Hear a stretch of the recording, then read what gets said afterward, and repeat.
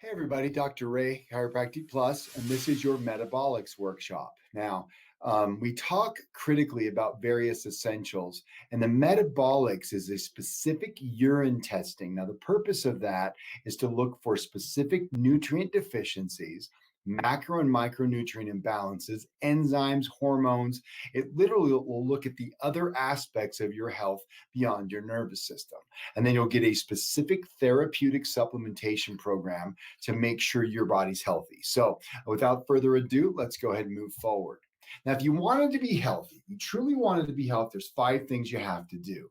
Okay. Number one is the mind. And that's what this program is about. The other things we teach, the webinars, seminars, everything that we do is about growing your mind in a health consciousness. So make sure you make it to webinars, seminars, all those things. The second one is the nervous system. Now, we know that the nervous system and body are connected intimately. So the brain and body connect through the nervous system. If the body becomes out of alignment and subluxated, that damages those nerves and that can compromise any number of body systems, not the least of which is immunity, heart, stomach, all those things. Nutrition, critical element, that's part of today's discussion. Oxygen and lean muscle mass, a little bit on oxygen, but that's more fitness directed, and that would be the max T3. And the final piece is the minimizing toxic exposure, a big part of today's discussion. So next thing, lifetime eating. Now there's specific supplements you'll be taking and eating and lifetime eating strategies and supplementation that you'll be using. That's not this class. There'll be another one you'll get. It's another workshop that we'll be sending to you, or you'll be doing live, depending upon the timing of everything. And so that's not this class. This is the class we're talking about, the metabolic specific therapeutic supplementation. This vitamin here, well, that one's for you based upon the test results. Oh, this one, that one's for you. You see, so it's not generic, it's specific to your situation. Now, again, we kind of let the cat out of the bag a little bit here. The customized medical assessment, the CMA, is the testing to determine what specifically is missing in your body or toxifying your body. And it's so nice because it's customized and we can test it, find out what the problem is, fix it, and watch your body get healthy. Now, one of the biggest challenges we have is that with the body, we usually don't get started on this until well into the game. So in other words, you let your body become sicker and sicker and sicker, and then finally you show up in the office. So many times we see these 8 categories, and there's usually many times multiple categories. So sometimes we have to split this into 2 categories, sometimes even 3 different protocols, nutritional protocols. So we'll find out once that happens, but we work our way through it very slowly if necessary, more rapid if we can. Now, some basics on metabolism. Okay, let's talk about this.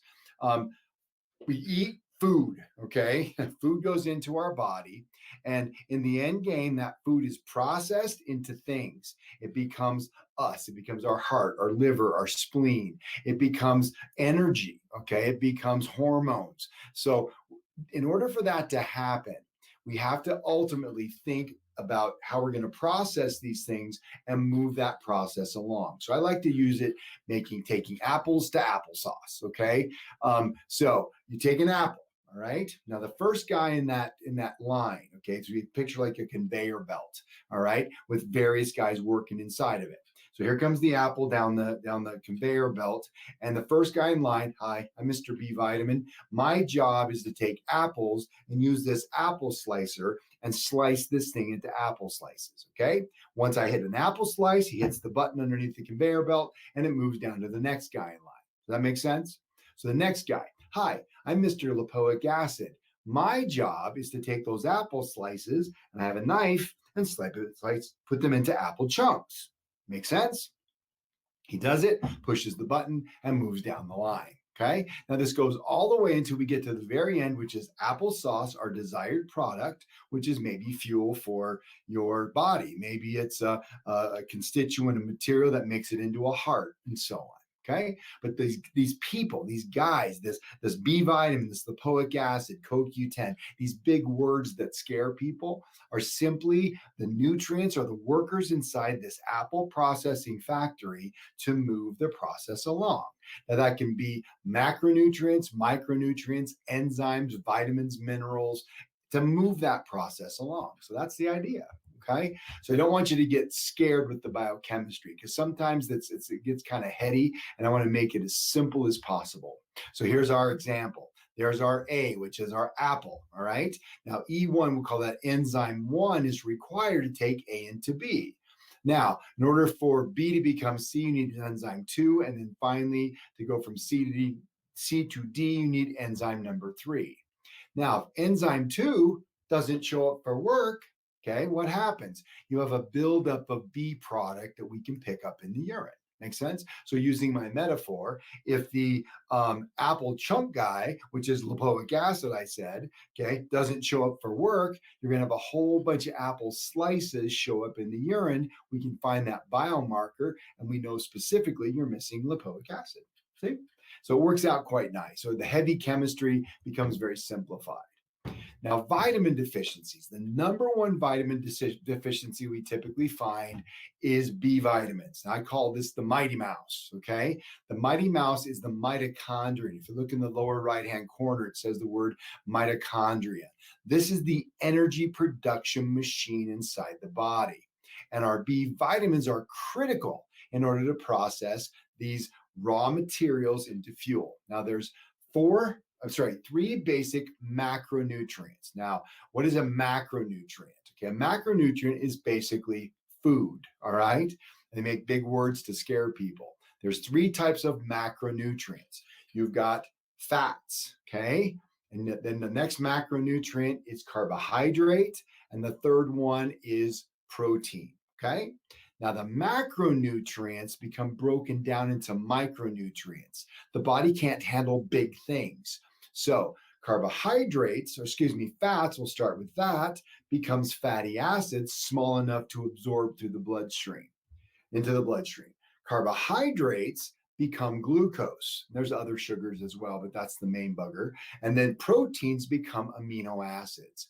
So the process of digestion breaks these food products down so they can be absorbed and used in the body. Okay. So sometimes we'll find things where we're having macronutrient imbalances. You're not consuming the right kinds of macronutrients.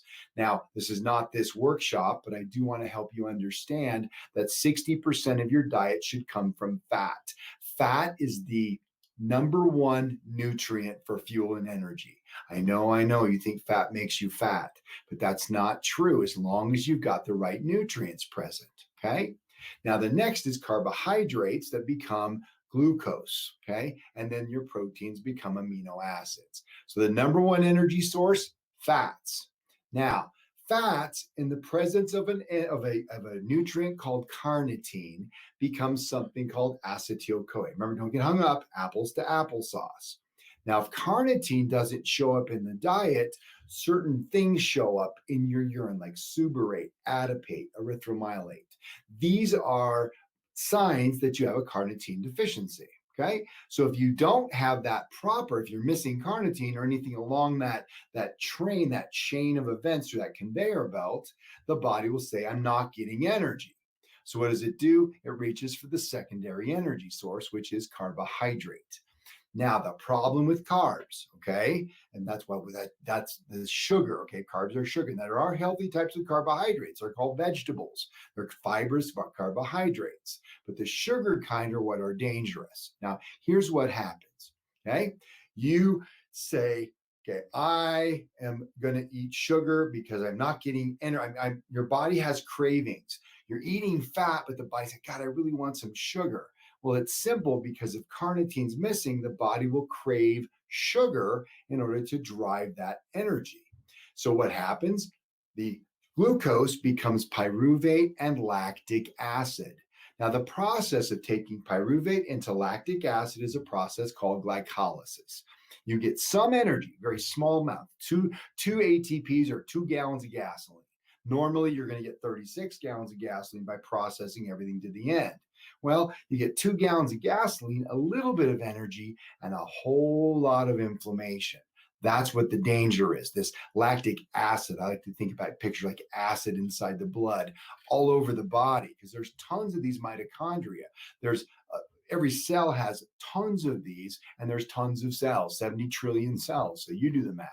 So we have systemic inflammation from the lactic acid. Well, it's okay. Lactic acid is okay as long as B vitamins and lipoic acid are present. That converts into acetyl-CoA just as fats do.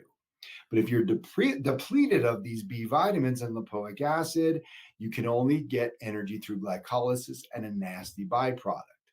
Now, we encourage people not to eat sugar. Don't eat the raw sugar. That's things are sugar and become sugar. Fibers, carbs are okay. That's a different lecture. I'm getting sidetracked. But the idea is, if you get, like Dr. Ray told me not to eat sugar, so I'm not going to do it. You're not using fat as fuel. You can't use sugar as fuel because you're not consuming it.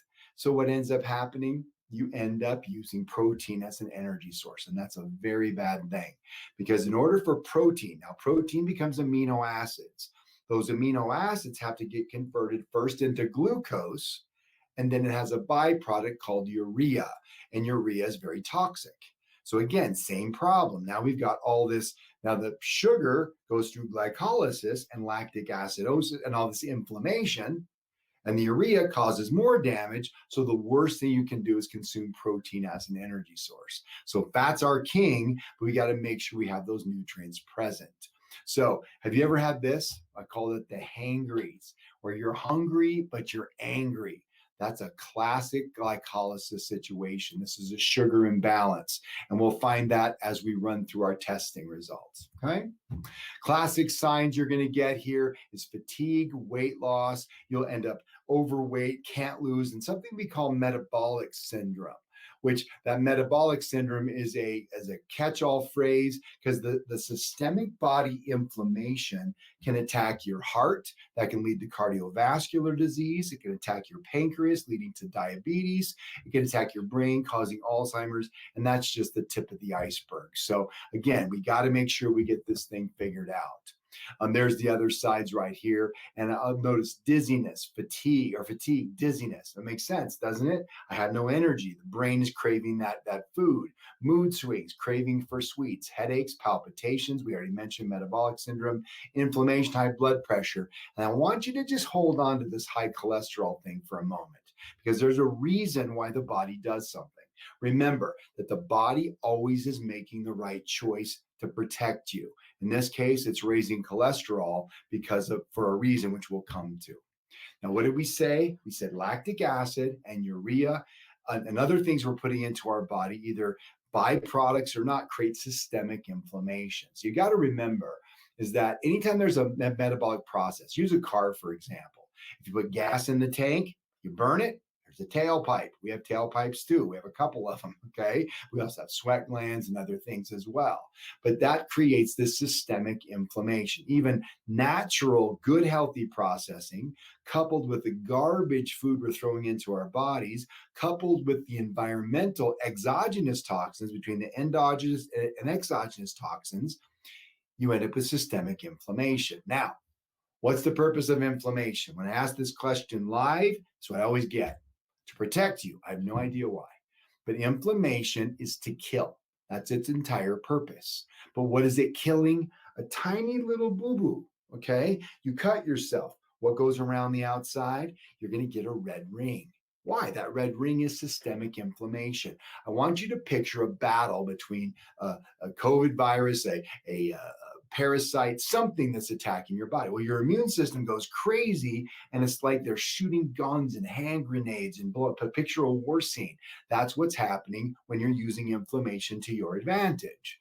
The problem is the body sees this inflammation all over the body, so your body's attacking itself.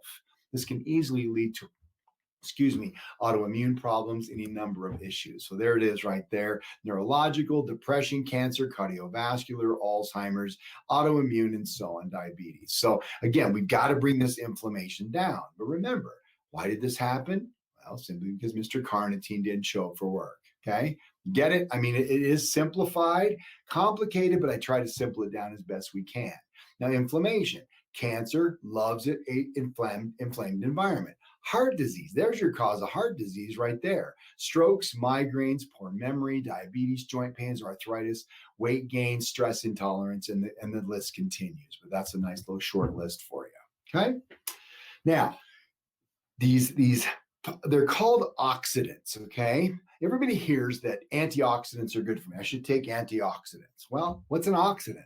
Well, that's the difficult. If you look at this apple, or you think of a paint job on your car or the paint on your house, it oxidizes from the damaging oxidative stress. The apple on the right, you'd want to eat, the one with the nice white, and the one that's all brown and gross, you wouldn't want to eat. So here's kind of how it works with oxidative stress.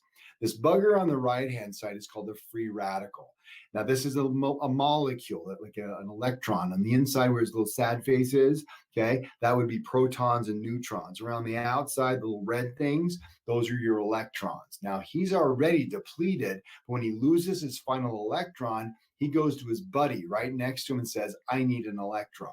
Now, notice what the buddy's doing. He's stealing the next electron, and you create a domino effect. Now, this happens in your brain. We call it Alzheimer's. In your heart, we call it a heart attack. In your pancreas, call it diabetes. I like to call this microscopic inflammation. Sometimes that's helpful. But the end game is even more far-reaching than inflammation. So it's like oxidative stress leads us down the path of inflammation, along with many other things. So again, if you got this challenge, we got to get this repaired, and you'll find this on the testing results. So what organ, here's a hint, look at your screen, is the organ that has to deal with all this inflammation? There he is right there. It's your liver. Now, the liver has two parts to it. The first level, or the first phase of conjugation, is that's the name for detoxification, is step 1 and step 2. Now, step 1 is the cytochrome P450 system. I like to call it the cruncher machine. So think about it like trash trucks.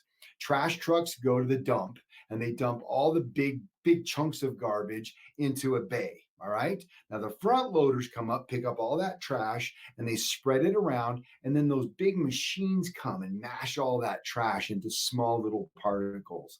That's what the cytochrome P450 system does. So it makes literally takes the poisons and converts them into super poisons because it's increased surface area. Think about it like ice cubes, okay? If you have crushed ice versus ice cubes, the crushed ice is going to be a lot colder because it has more surface area. So it's more dangerous, but it's not a monstrous deal as long as the second lobe of the liver, which is the Asian cycles, will take care of it. So the second lobe then neutralizes the poison and dumps it into the bowel. All right, so there's a picture of it right there. Top part where it says cytochrome P450, that's our phase 1. Phase 2, we got methylation, glucuronidation, sulfation, acetylation, and glutathione conjugation. Big words, simply means conveyor belts. We take all this crushed up poison, that now fine particles, and we filter them into different parts of the liver. Now, I like to use color. This isn't real, but it kind of helps people visualize it. Methylation neutralizes the blue particles. Glucuronidation does the red particles. Sulfation has the green particles, so on and so forth. But in the end, these guys, all these workers inside the methylation factory, neutralize all this garbage and dump it into the bowel. Well, that's beautiful. As long as the bowel, see that lower right says bowel actions, it's neutralized. If it's not neutralized, we end up building up a lot of poison inside that gut. Classics of toxicity, again, cancer loves a toxic environment. So we've got to get your liver upregulated. Depression, vitamin deficiencies, antioxidant wasting, breakdown in the energy pathways, things we've already talked about. The Krebs cycle, and that's the apple to applesauce thing. Chronic inflammation, hormonal imbalances, belching, odor, bad breath. Anytime you got skin, 90% of the time it's toxins. So let's make sure and get that we're going to work to get that liver cleaned up. All right. Now, we talked in the beginning about macronutrients. That's food, right? Now, food goes in. Now, it's not as simple as this, but I like to help you understand. Food goes into the pie hole. All right. You put a carbohydrate in there. It goes past the stomach, runs around the corner, the duodenal loop, and there's your pancreas right there spitting out something called amylases. These are things that break down your carbohydrates into glucose for absorption. Okay. Proteins go into the pie hole, drop down into the stomach acid, break down and denature into amino acids, swirl their way around and get absorbed as well. And then the final thing, the fats go past the stomach acid around the liver. Now the liver spits out lipases to take fats into fatty acids.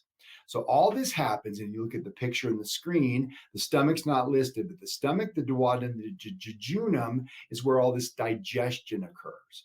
The absorption, again, this is simplified, so please don't hold me accountable to perfection here. It's just to help you understand. That's where all that stuff get absorbed. At the tail end, we get fermentation, okay? And then out there comes our, I hate to say it, baby Ruth bar, right? That's what it should look like.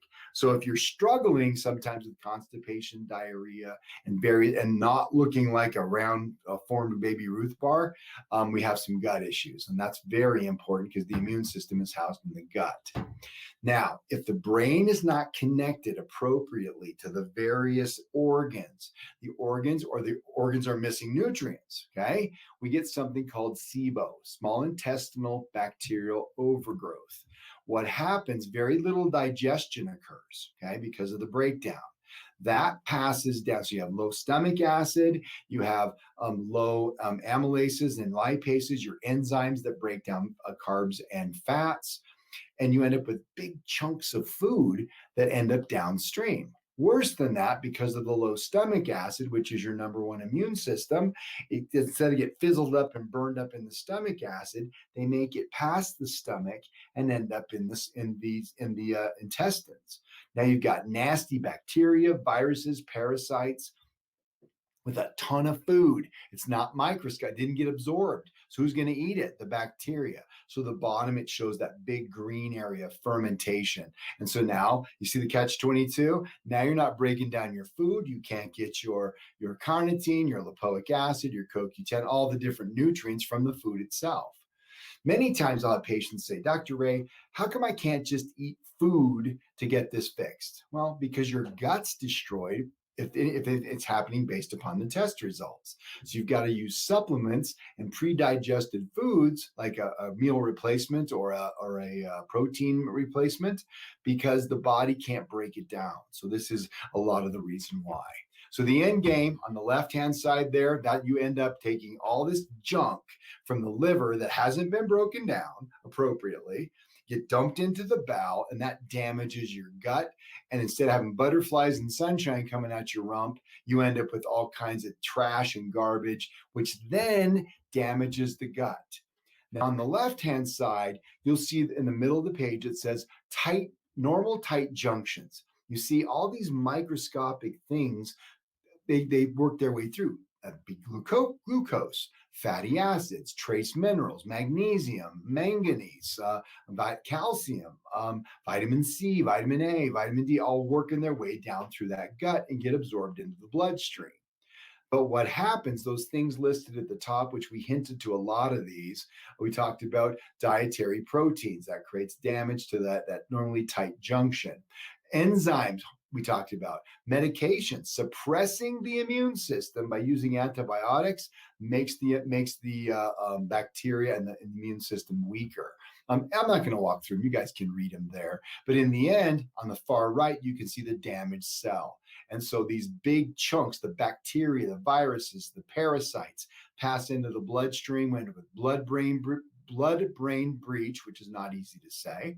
We end up with inflammation, which we talked about. Now you've got the immune system is hyperreactive, which leads to autoimmunity and malabsorption, all this stuff listed along the bottom. Okay, so there we are. Constipation, diarrhea, autoimmune diseases, difficulty. This is all gut stuff, brain fog, malabsorption, skin, again, back to skin because liver and gut, malabsorption. And even though you're eating the food, it says malabsorption leading to decreased absorption of nutrients despite intake. Again, it's not breaking down enough. So we're ending up with lots of problems, okay? So we got to worry about that gut. Interestingly enough, this is kind of interesting. Serotonin, which is the happy hormone, is manufactured in the gut. So oftentimes when serotonin isn't manufactured, you're going to end up with sleep traumas because serotonin helps you sleep. It's going to lead to depression because serotonin is for mood support. And not the least of which, serotonin also leads to a normal bowel movement. So this could lead to constipation. So it all ties into a big puzzle. And does it really make sense to throw medication at something when really the problem was the body adapting to the environment that we created? So now let's back up a step and discuss. So I said, okay, so we need energy. Okay, the brain goes, we're getting 2 gallons of gasoline from the processing of glycolysis, probably from protein, because I'm not eating sugar because everybody's afraid of that sugar. And so we got this poisonous, nasty environment, all this now, and now the body says, I need some energy from freaking somewhere. So what does it do? It reaches into the adrenal glands. Now, adrenal sounds like adrenaline. Well, guess what? Adrenaline is supposed to be used for fight or flight, fight or run, right? But instead, you're holding down that turbocharge button.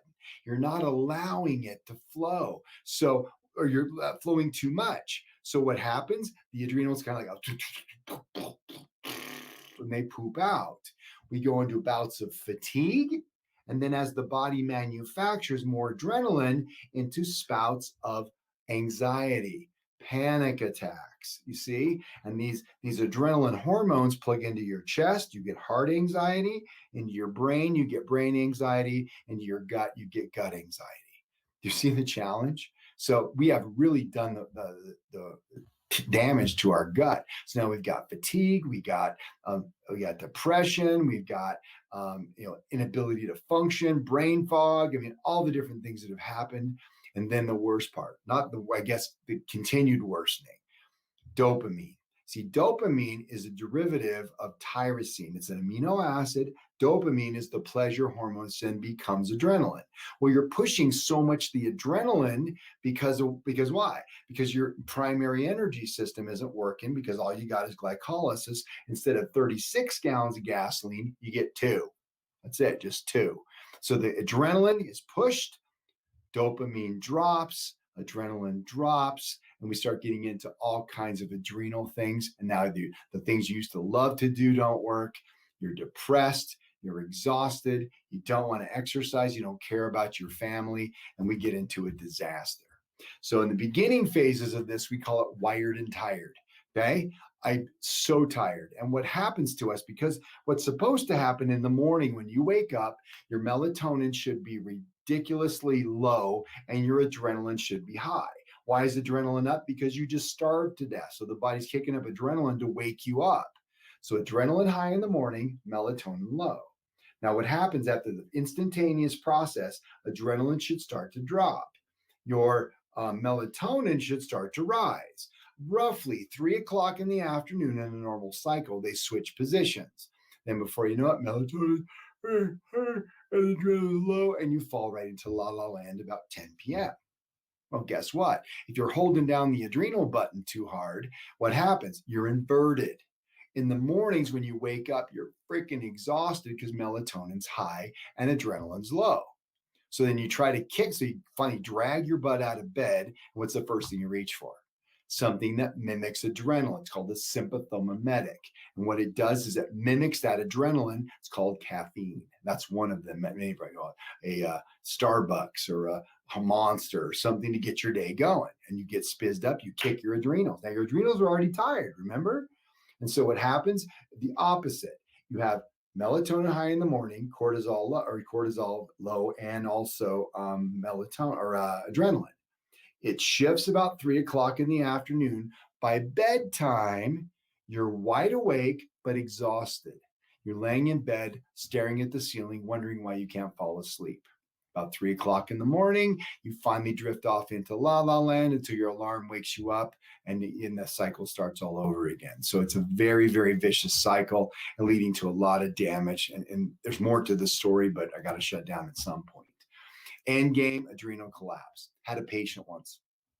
The guy said, I drink 12 pots of coffee a day. I said, 12 cups? He said, no, pots. Holy crap. And they don't affect me at all. that's an early sign of adrenal collapse. Guys, if you're into adrenal collapse, you can often tell if I drink a caffeinated beverage, it doesn't bother me at all. You know what? That's a very dangerous situation, adrenal collapse. This takes literally years to recover from.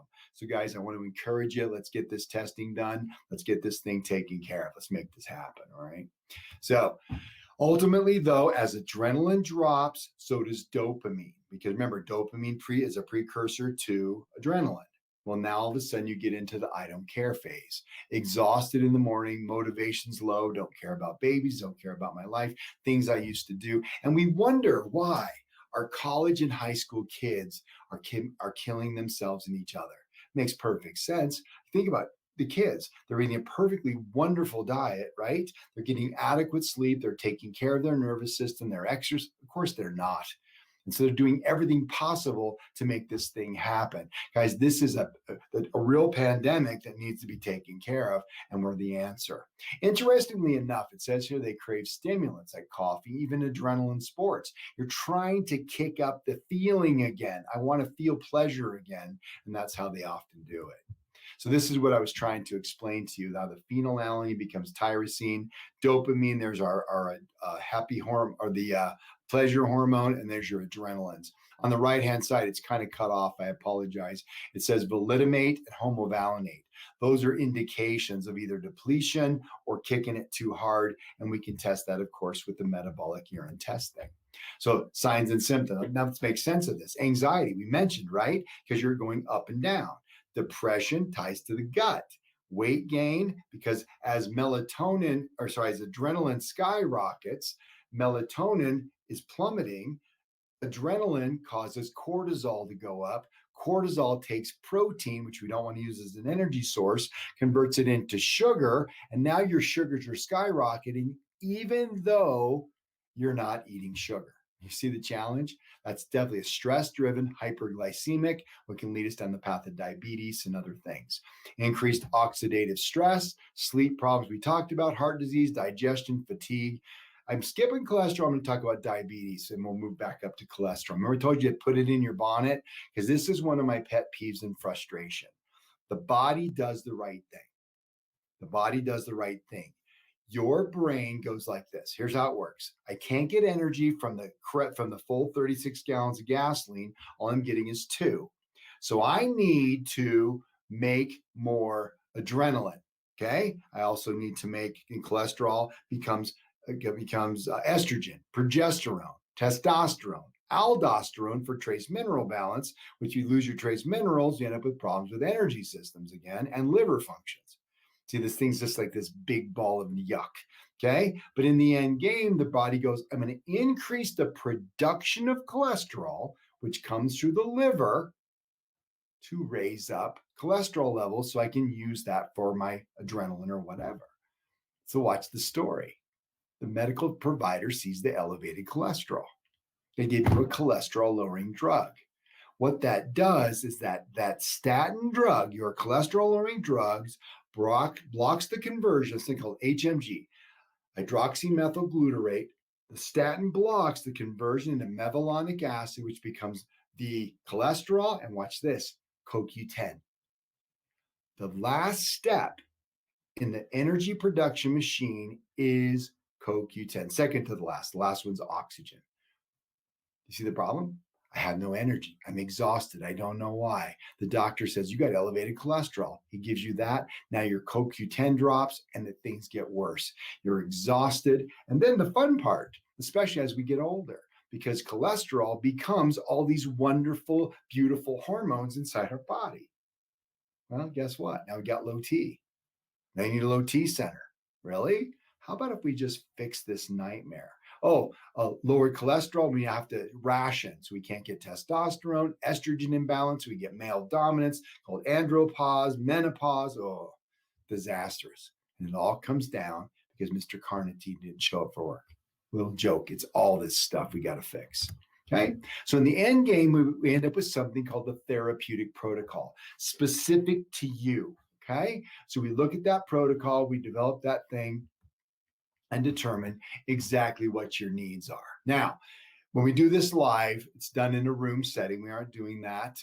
If we're unable to do it for whatever that reason might be, we have this thing. You have a completed LRQ, completed assessment. Okay. Now, if you got a green dot, that means I'm ready to roll. Okay. And we do the breakout. I built the protocol for you. Now, if you are a yellow dot, that means you should be getting a kit when you come to the office. Simply pick up that kit and get the kit sent in, and they pick it up through. And there's ways we teach you how to do that, but you got to send that off to the lab.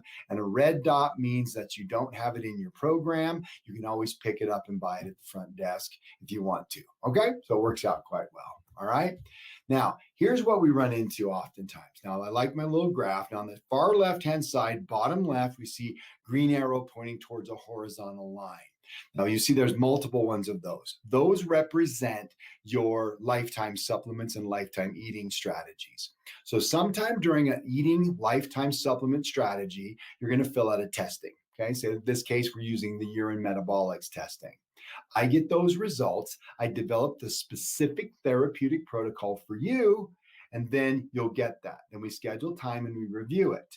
You begin the protocol and you go straight up. Now, something I'm going to stress to you. Do not buy more supplements, okay? You buy what you need from that testing. You take them all. When you're out, that's when we get started again. So you see it went straight up to a line, then we're back into our lifetime supplements. The next step, which we call protocol 2, that's going to be a basic blood chemistry from your medical provider.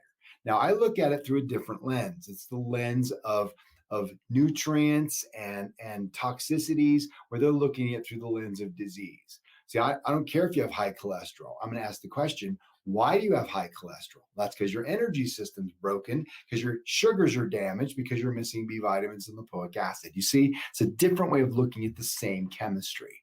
Then the next one, now I call each one a protocol 1. I call that missing nutrients. That's just what we named it. Number 2 is the damaged organs. Number 3, it's this the purple one with no protocol listed beside it. That would be your sex hormones. The next one is your neurotransmitters, which are your emotional hormones. And the final piece of the puzzle is going to be your thyroid testing. In the end game, we're working slowly up like a stair step into good health, into lifetime supplements. And again, the goal is to maintain that forever. Now, for some people, the protocol is so vast and so big that we have to break it down. If you move to the right, and you can see in the lower, we got that one protocol broken down 4 times. Okay, so we want to make sure if we need to, we'll break it down smaller, either because of the volume of supplements. Now, again, this little tummy can only absorb so much. So we have to make sure we can only put enough vitamin in there so there's enough to be absorbed. We don't want to lose it out the stool. Not the poop chute. Okay? We want everything inside of you to be used. So sometimes we got to slow it down because of budget. Sometimes we have to slow it down because of the situation that we're in. Okay. All right. So guys, that's pretty much the metabolics class. I just wanted to say thank you for listening in. I hope I was clear. It's a lot better, more fun live because we get to actually interact. But I think I got my point across, and this is going to be a very, very important one. Share this if you'd like for friends and neighbors so they can understand we're more than just a one essential office. We're a 5 essential office. Remember, we got what? We got knowledge and education, nervous system, nutrition, we spent a lot of time there today. Oxygen and lean muscle mass, more fitness. And the last one, of course, is minimizing our exposure to toxins and detoxifying. So anyway, our goal here is to get you guys as healthy as you can be so you don't have to worry about those things. I want you spending your time with your family, going on boating trips, excursions, whatever the heck you love, because that's what life is about. It's about being enjoyed, and my job is to make sure and get you there. Guys, thanks for listening. Take care.